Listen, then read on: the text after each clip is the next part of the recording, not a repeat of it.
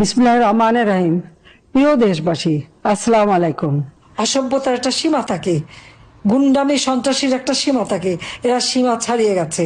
কাজে এখন আমাদের সকল নেতাকর্মী সবাইকে রুখে দাঁড়াতে হবে।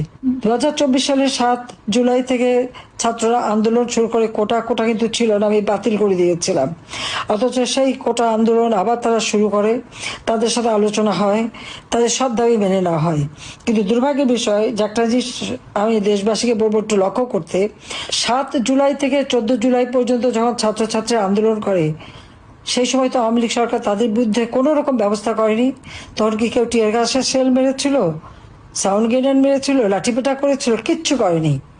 তারাও আন্দোলন করছিল, পুলিশও তাদের পাহারা দিচ্ছিল, আমরাও তাদের সহযোগিতা করছিলাম। সারা রাত মেয়েরা রাস্তায়, মেয়েদের যাতে কোনো ক্ষতি না হয় বিশেষভাবে নিরাপত্তার ব্যবস্থা করেছিলাম। কিন্তু 15 জুলাই থেকে তারা যে হত্যাকাণ্ড শুরু করলো, পিটিয়ে পিটিয়ে পুলিশ হত্যা করা, পুলিশ বাড়িতে আগুন দেওয়া, লাশ ঝুলিয়ে রাখা, আওয়ামী লীগ এবং পুলিশের লাশ ঝুলিয়ে রাখা, এবং সে কি বিভৎসভাবে এই সমস্ত হত্যাকাণ্ডগুলি ঘটিয়েছে। একবার চিন্তা করে দেখুন তো, একবার ছবিগুলিতে তাকান তো, এটা কাদের কাজ? সম্পূর্ণ জঙ্গিদের কাজ শুরু করে দেয় তারা। মেট্রো রেলে আগুন, এক্সপ্রেসওয়েতে আগুন, ফ্লাইওভারে আগুন, হানি ফ্লাইওভারে আগুন, এবং একটার পর একটা বিভিন্ন প্রতিষ্ঠানে অগ্নিসংযোগ করা, চাপাতি, চাইনিজ কুড়াল, লাঠিসোঁটা, এইগুলি নিয়ে সব জায়গায় মব জাস্টিসের নামে ইউনূসের যে জঙ্গি বাহিনী, এই জঙ্গি বাহিনী সমানে তাণ্ডব চালাতে থাকে। চিফ জাস্টিস থেকে শুরু করে নির্বাচন কমিশন, মানবাধিকার কমিশন, পাবলিক সার্ভিস কমিশন, কেউই তো রেহাই পায়নি। সমস্ত জায়গায় এই সন্ত্রাসী গুন্ডামি এবং অস্ত্রধারীদের কি মব জাস্টিস? এখানে মব জাস্টিস কোথায়?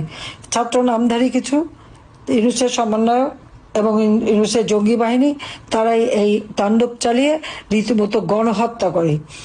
আজকে যদি আমি প্রশ্ন করি যে ইউনূস যে ক্ষমতায় এসেছে, সেটা তো সে নিজেই বলেছে এই আন্দোলনের কোনো লিডার ছিল না, কিছু ছিল না। মেটিকুলাস ডিজাইনের মাধ্যমে মাস্টার মাইন্ডের আন্দোলন সংগঠিত করা, কোনো নেতা ছিল না। হ্যাঁ, এটা বাস্তবতা, আমরা দেখেছি তো। ছাত্র আন্দোলন করছে, তাদের নেতাটা কি? সেই নেতা তো খুঁজে পাওয়া যায়নি। নেতা পাওয়া গেল ডক্টর ইউনূসকে, যেটা সে নিজেই স্বীকার করলো সেপ্টেম্বর মাসে আমেরিকায় বিল ক্লিন্টন ফাউন্ডেশনের একটা অনুষ্ঠানে বলেই ফেললো যে ইনি এই ষড়যন্ত্রটা সে নিজে করেছে, তার মেটিকুলাসলি ডিজাইনড এবং মাস্টার মাইন্ডার, এবং মাস্টার মাইন্ডকে সেখানে ডেকে পরিচয় করিয়ে দিল।